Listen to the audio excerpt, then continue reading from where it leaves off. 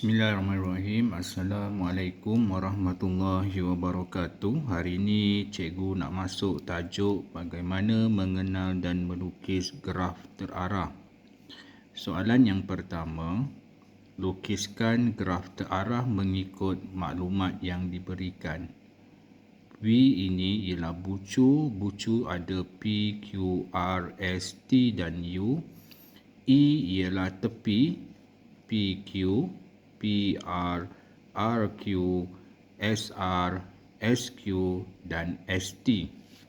Bagaimana cara kita nak melukis graf terarah berikut? Mari kita saksikan. So, langkah pertama, kita buat bucu-bucunya. Ini ialah bucu P, bucu Q, bucu R, bucu S, bucu T dan bucu U. Mudah saja. Langkah kedua, kita buat arah gerakan PQ. PQ. Saya ulang. PQ. So, garis, ambil pembaris PQ.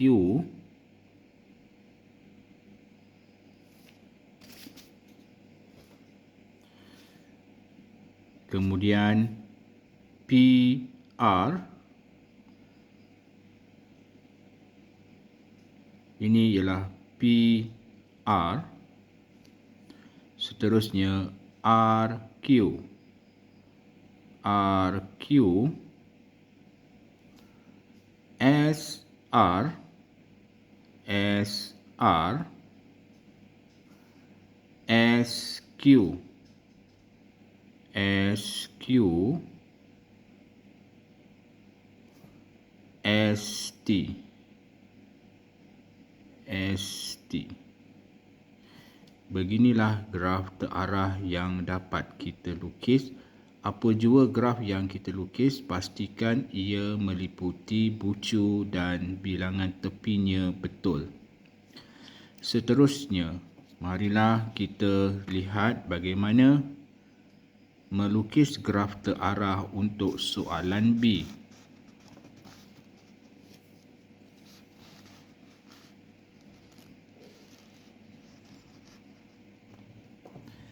Mempunyai satu gelung pada bucu Q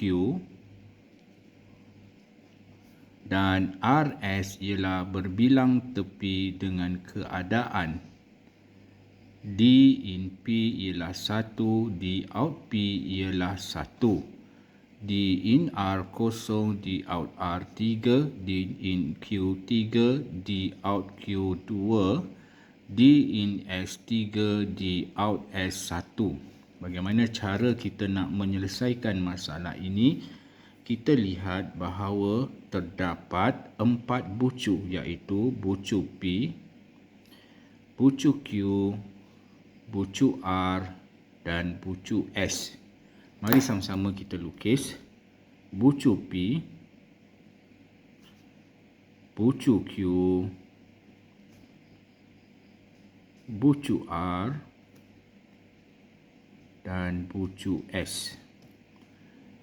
Mempunyai satu gelung pada bucu Q, kita lukiskan gelung pada bucu Q. Dan RS ialah berbilang tepi.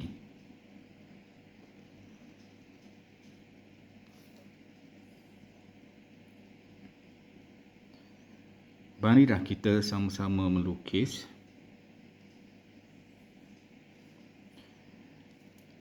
D in P sama dengan 1. Bermaksudnya anak panah menghala ke P. Kita cuba buat anak panah menghala ke P. Ini bermaksud in. Anak panah menghala ke pin. In, pin. In, P. So, masukkan P. Masuk P hanya satu sahaja. Keluar P. Kita keluar P. P keluar. Tak boleh bawa ke sini. Ini dah ada anak panah masuk. Keluar dia adalah di sini.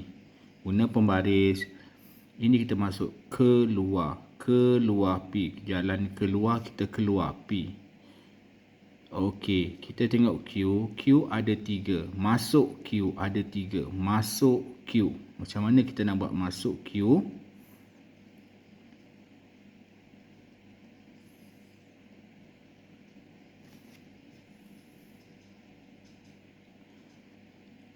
Masuk Q. Ini dah jadi 1. Masuk Q. Ini menjadi 1 gelung. Masuk Q. Dan ini kita jadikan 1 lagi. Masuk Q. So, ada 3. Keluar Q. Kita keluar Q. Bila kita keluar Q, ada 1 kita keluar di sini. Ini kita keluar. Dan yang gelung ini juga kita panggil dia keluar Q. Dan seterusnya ialah masuk R. Masuk R kosong. So, tidak ada, tak perlu lukis. Dan keluar R ialah 3. 1 keluar R. Keluar R2. Dan kita buat lagi 1 keluar R.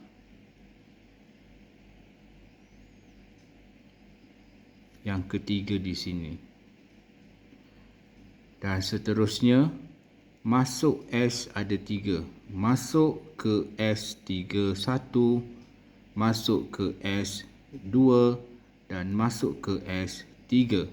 Dan keluar S. Keluar, kita keluar S1 sahaja. So, inilah penyelesaian untuk soalan nombor 1B. Seterusnya, raja di sebelah menunjukkan pilihan laluan sehala Izarul untuk menjalankan latihan harian. Bucu V1 ialah tempat permulaan dan bucu V5 ialah tempat akhir sebelum dia balik ke rumah. Jarak laluan sehala yang terpendek dari V1 ke V5. Ini kita kaji raja. Ini ialah V1. Ini ialah V yang kelima. Laluan terpendek bermaksud mempunyai jarak yang terpendek. Jarak sama ada kita melalui V1, V2 atau V5. Ataupun kita punya jarak V1, V3, V4, V5. Nampak secara logiknya kita menggunakan jarak V1, kita pergi ke V2 dan akhirnya kita ke V5. Di mana jarak V1 ke V2 ini anak panah sebenarnya ya. Okey. V1 ke V2 ialah 600 meter ditambahkan dengan V2 ke V5 ialah 500 meter.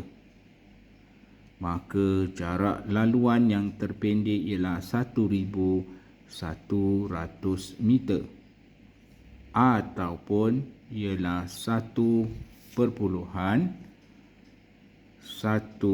kilometer.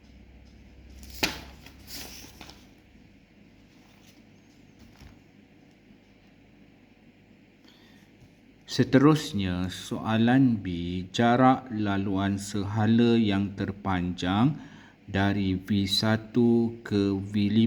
Dah tentulah kita mencari jarak yang terpanjang. Bila kajian graf yang kita buat, jarak yang terpanjang ialah laluan V1 ke V2. V1 ke V3 baru 500 meter. So, kita pergi ke V1 ke V2. Kemudian, kita ke sama ada nak pergi V2 ke V3 atau V2 ke V4 ataupun V2 ke V5. Jawapannya V2 ke V3 sebab 900 meter. Kemudian, kita dah tentulah lihat di sini jaraknya 500 meter dan jaraknya di sini 500 meter V4 ke V5. Maka jawapan yang kita hendak tulis di sini ialah V1 ke V2, V2 ke V3, V3 ke V4, V4 ke V5. So, V1 ke V2 ialah 600 meter ditambahkan dengan V2 ke V3 ialah 900 meter, V3 ke V4 ialah 500 meter dan V4 ke V5 ialah 500 meter. Jawapannya ialah kita tambahkan dengan kalkulator 2,500 meter. Ataupun kita lebih mudah 2,5 kilometer. Dan soalan seterusnya ialah bucu-bucu yang perlu dilalui jika jarak larian sehala adalah di antara 1.4 km hingga 2.1 km. So, apa yang perlu kita lihat di sini? Kita lihat jarak-jaraknya. Ada berapa laluan yang perlu kita buat untuk supaya jaraknya antara 1.4 km hingga 2.1 km. Kita rujuk gambar rajah di mana V ke V2 boleh kita gunakan tambah V3, V2 dan V4. V4